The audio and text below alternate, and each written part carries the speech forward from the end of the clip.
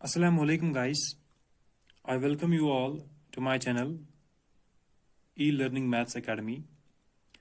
Guys, आज करो इस discuss exercise 1.2 of chapter number 1 real numbers. Guys, yes इस exercise 1.2 छ आज गसन आसन इस की गॉड basic चीज पाई. यदि ऐसे basic चीज आसन पाई तेले ये exercise असल पर समझ. So guys, आज कर बे एमिक थोड़ा बहुत आख brief introduction exercise 1.2 ते एमिक brief introduction करवास थोड़ा बहुत discuss. So guys, गोडनिकुई चीज यथ मज prime number क्या गो. So prime number go so number, prime number is a number. Yes, a number आख which has exactly two factors. Cha guys see yath is exactly asan the factor. Kus that is akku 1 and the number itself. Yani number itself यानी base पान number. अच्छा guys ठीक. M मतलब क्या गो which means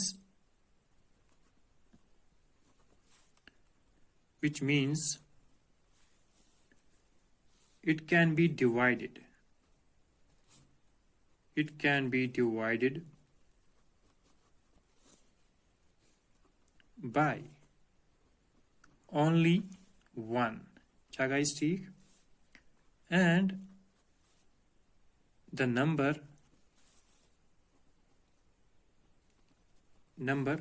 itself. क्या guys ठीक. For example, binim prime number. For example, prime number chalk 2, bego 3, bego 5, ithe kanch 7, ithe kanch 11, ithe kanch 13, ithe kanch 17, ithe kanch S19, 23, ithe kanch 29, ithe kan paki continue pat. Cha guys ठीक. Guys अगर ती wushu बनिम number 2 गड अगर ती 2 wushu इसी 2 छ यह कोन इस खाली डिवाइड करित अख नंबर 1 सत सुई एस बराबर 2 बे गसे खाली नंबर itself. चा गाइस ठीक ये को नंबर itself. चा गाइस ठीक को ये गस खाली डिवाइड अख 1 से डिवाइड बे गस खाली 2 से डिवाइड बे गस नहीं कोनी से डिवाइड. इथे कन नंबर 3 निमन ब ये गस में खाली 1 से डिवाइड बे गस itself से डिवाइड. छा गाइस ठीक. इथे कन 5 गस 5 divide by 1 equal to 5 and 5 by 5 equal to 1. Cha guys ठीक. इथे कन हम सारी नंबर इथे कन 11 इथे कन 13 इथे कन 17 19 23 29 पात गो इस 31 इथे कन पकाई कंटिन्यू गो प्राइम नंबर के तम नंबर यम इस खाली गसन डिवाइड 1 सत एंड द नंबर itself. चा गाइस ठीक. यम इस प्राइम नंबर. गाइस एम पत वुचो इस ब्याख चीज composite numbers. Composite numbers. Composite number. तो composite number कम गई यमन more than 2 factors आसन. Composite number has more than 2 factors. Yama prime number Yemen खाली z फैक्टर अक 1 बे नंबर itself. मगर composite number is more than 2 factors. या one तो इत कन which are not prime numbers or which are not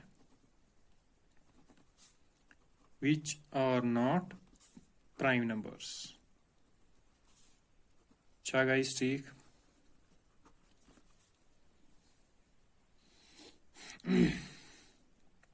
So guys बनिम अख example अख गोन्युक composite number कुछ में that is 4.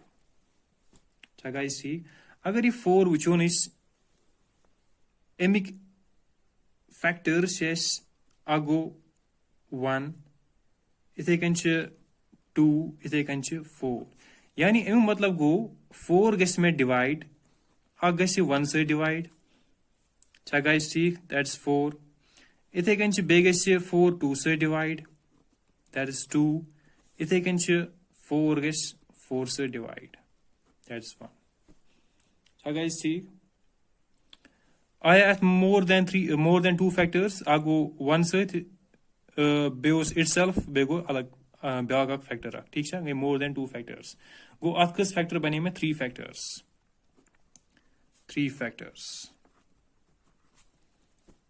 Cha guys ठीक. इथे कन निम ब्याग नंबर एम पत कुछ में bag compose number that is 6. So 6 निम एम पत अगर 6 वुचो 6 कम से गस डिवाइड अगस 1 से गस 2 से गस 3 से गस and 6 से गस गो अत कस फैक्टर बना में 4 factors. Cha guys ठीक. So अगर बो इत कम वुच 6 divided by 1 that is 6. इथे कन 6 divided by 2 that is 3. इथे कन 6 divided by 3 that is 2 and 6 divided by 6 that is 1. Cha guys ठीक. Go composite number has more than 2 factors. Cha guys ठीक. इथे कन निमन ब 12 नंबर 12 से मैं ब्याक composite number आख. Suppose 12 वुचो इस अत कुछ factors छेस. अगर इस 12 वुचो अत में आख गुनेथी 1 factor आख. इथे कन में एम पद गोस 2 कैस 2 into 6 go 12. इथे कन 3 into 4 go 12. इथे कन में 6 2 go 12. इथे कन में ब्याकत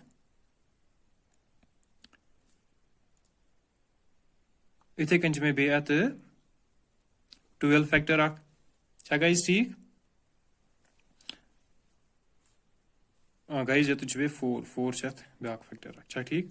1 2 3 4 6 तबे 12 छ मैथ फैक्टर गो अतकस फैक्टर आए में 6 factors.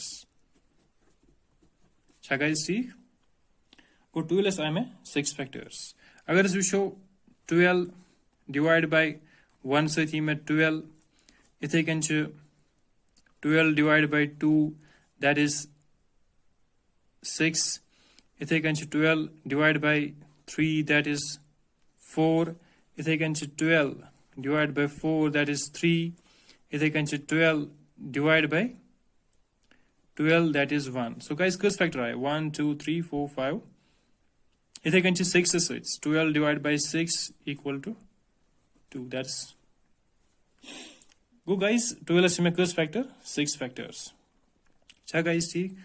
So guys ये इसमें composite number which has more than 2 factors तम गई composite number. Guys बे अख चीज युस prime number number 2 श इच में even number थे. Go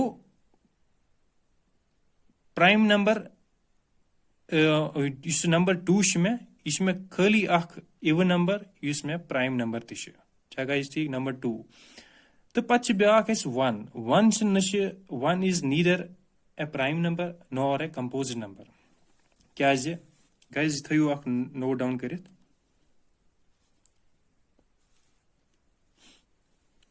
बिले क्या थी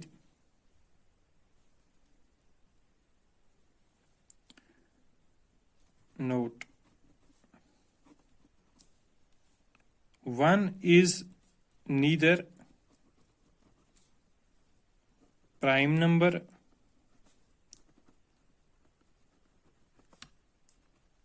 nor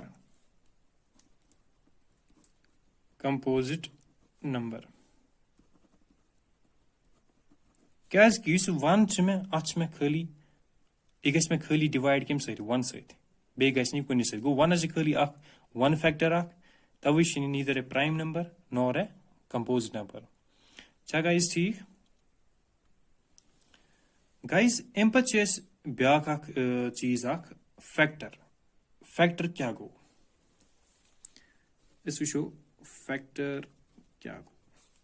Cha guys theek guys अगर बह एग्जाम्पल निमक बनिम 4 छा ठीक 4 गाइस अगर तुम वुचु 4 कमो मल्टीपल सत यी में 4 सपोज 4 यी में अख यी में 1 into 4 छा गाइस ठीक बे यी में 2 into 2 2 multiply 2 equal to 4 छा गाइस यहां ठीक गो 1 2 and 4 उमच में बना अमिक फैक्टर्स छा गाइस ठीक इथे कन 1 4 and 1 2 and 4 उमच में बना अमिक फैक्टर्स छा गाइस ठीक इथे कन number 12 for example number 12 number अगर इस 12 विचो अमिक 12 कमो मल्टीपल सत यी में आखी में ये 1 सत 1 into 12 छा गाइस ठीक इथे कन में बे 2 into 6 छा गाइस ठीक इथे कन में 4 into 3 छा गाइस ठीक गो इसमें 12 से एमिक फैक्टर्स क्या क्या बन में अग बन में 1 2 3 4 6 and 12 गो हम गए एमिक फैक्टर्स गो फैक्टर एमिक डेफिनेशन क्या है factor is a number which exactly divides the given number. Go factor is a number. Factor it is a number. It is a number which exactly divides the number. ठीक है given number क्या आसी चीज़ तथ करिए exactly divide. For example बनिम 12 छा guide for example 12 निम अगर इस 12 विशो एमिक फैक्टर्स क्या क्या द्राय में आग द्रा में 2 3 4 6 बे 12 अगर बे 12 करन डिवाइड फॉर एग्जाम्पल 2 सत 2 एमिक फैक्टर अख गो 2 6 आर 12 गो अत क्या में रिमाइंडर 0 गो यह गो में एम सत डिवाइड एग्जैक्टली डिवाइड गो में एम सत चा गाइस ठीक इथे कन अगर बे 12 करन डिवाइड 3 सत गो 3 into 4 that is 12 आ में रिमाइंडर 0 छा गाइस ठीक इथे कन अगर ब 12 करन 4 से डिवाइड 4 3s are 12 छा गाइस ठीक इथे कन अगर ब 6 से करन डिवाइड 6 2 are 12 छा गाइस ठीक गो रिमाइंडर आ में 0 इथे कन 12 से गैसे divide go factor which definition क्या it is a number which exactly divides a given number. So guys see so guys आज को थोड़ा बहुत brief introduction exercise 1.2 which so guys एम्पत करो इस exercise 1.2 question number 1 करो इस discuss next videos में. So guys thank you for watching my video.